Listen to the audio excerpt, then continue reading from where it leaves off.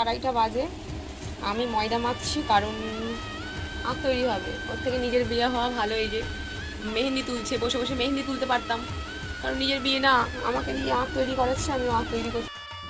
বিয়ের আগের দিন রাতের বেলা আঁক তৈরি করছিলাম, সবাই তো দেখেছেন অনেক রাত হয়ে গেছিলো, তো অনেক কিছু কাজ টাজ সেরেই আঁক তৈরি করেছিলাম, কিন্তু ভোর 4টে বেজে গেছিলো। আমি করেছিলাম ভুল কথা, কারণ আমি করতে করতে ঘুমিয়ে পড়েছিলাম 4:30-র দিকে। যার বিয়ে সেই কিন্তু আঁকটা তৈরি করেছিল। তো পরের দিন সকালবেলা আঁকটা সর্ষের তেল দেওয়া হচ্ছিল, কারণ তেলটা দিতে হয় আঁকে। তো আঁকটা তৈরি করা হয়ে গেছিলো, আঁকটা কেমন হয়েছে বলবেন। আর যার বিয়ে সেই কিন্তু আঁকটা তৈরি করেছিল। তারপরে সকালবেলা কোণে তো রেডি, হলুদ শাড়ি পরে, কারণ হলুদ তোলা হবে। তো হলুদ তোলার আগে সবাইকে, মেন কথা আমার বাবা লোকনাথ, সবাইকে প্রণাম করে, সব দেবতাকে প্রণাম করে, বড়দের প্রণাম করেই হলুদ তোলার কাজ শুরু হয়েছিল। তো ভিডিওটা কেমন লেগেছে সবাই জানাবেন, আর সবাই ভালো থাকবেন, সুস্থ থাকবেন, সাবধানে থাকবেন, টাটা। আড়াইটা বাজে, আমি ময়দা মাখছি।